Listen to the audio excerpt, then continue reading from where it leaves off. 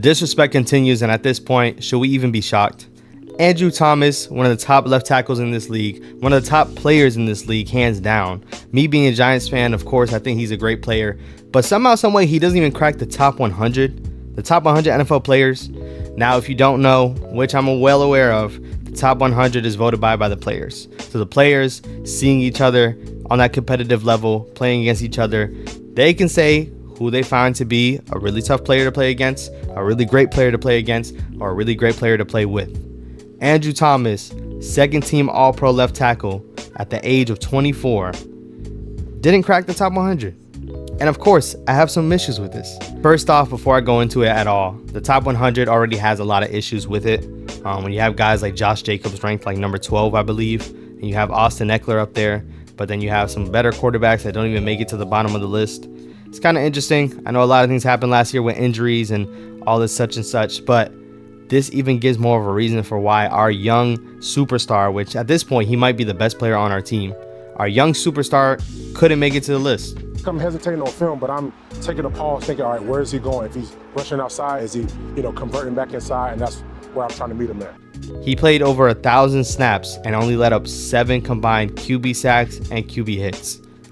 Like, that is what you want from your personal protector. That's what you want from your blindside protector for your quarterback.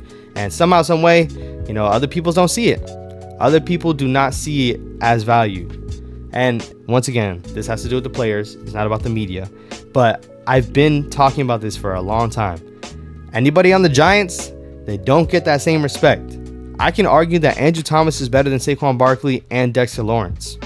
And who could argue against that? At this point, I'm going to have to make a Gettleman video soon because a lot of his players did get a contract. They are one of the top players on this team.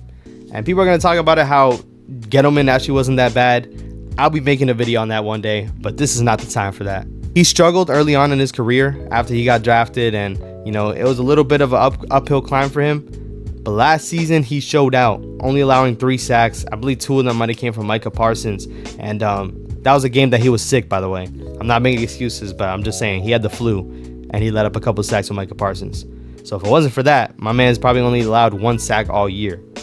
Andrew Thomas balled out last season. And once again, I've been on the board that, if you're on the Giants, they're going to blackball you anyways. You're not going to be as good because you're playing on the Giants. They don't want to see the New York Giants being good. Or we've been known as a laughingstock for a very long time, which I can't even quote that because our record did show that.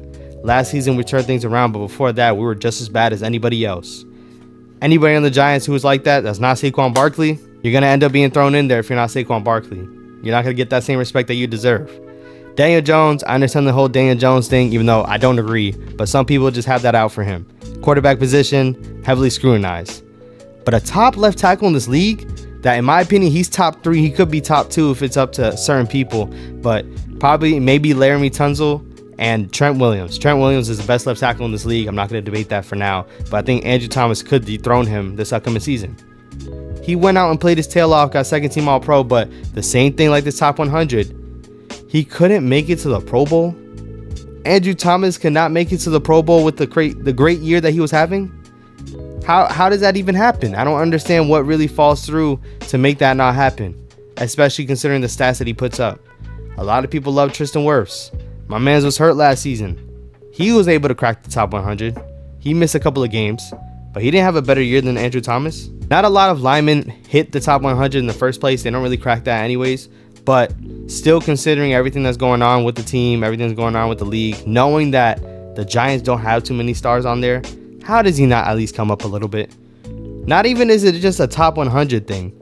They had 10 honorable mention players, and he still didn't crack that. The disrespect is just crazy. It's crazy at this point. All that stuff does not matter. This does not go on your resume. Nobody's going to look at this when, if he keeps at this pace, he could be a Hall of Fame left tackle, but we'll get there when we get there. That's not going to be an accolade that they look at. He cracked the top 100 4 times. No, that's not going to be looked at. I just wish these players would get their respect. That's all I hope for. Maybe people are salty. Maybe, you saw how Micah Parsons was talking about Saquon Barkley. Going against him twice a year, I hate it. He's the guy that you might want to see twice in a career, but I got to see it twice a year. So love, hate, friendship. He's not going to keep that same energy for Andrew Thomas. Why? Because he plays right across from him. So maybe it's not going to be that same type of respect, but in my opinion, and you guys let me know down in the comments, Andrew Thomas is a top 3 left tackle in this league. You got to crack the top 100. Playing on the right side compared to the left is two different animals. Tristan Worth playing on the right side and the left is two different animals.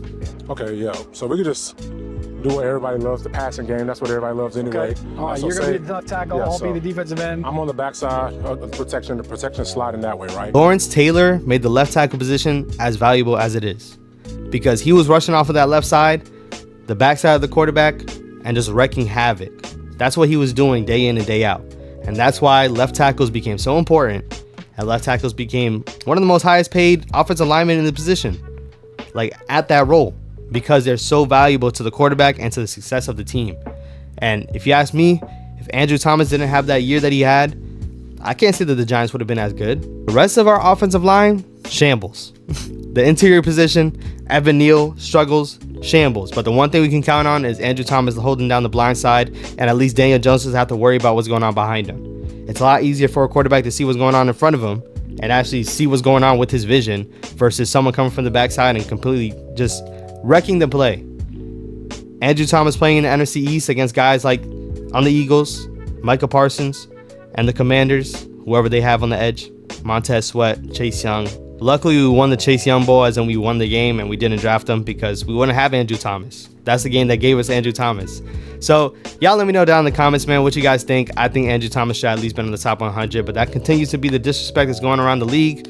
Just a little update. The Giants are going to be practicing in Detroit. They're going to be going head-to-head with Detroit ahead of their preseason game. If there's anything I'm looking for in these practices, man, I'm looking to see, one, how Andrew Thomas holds up against like an Aiden Hutchinson.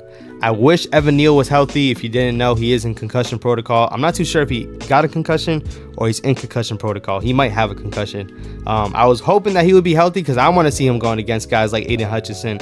Seeing if he really improved. He's been looking okay. Nothing great so far, but he was looking better than he was last season.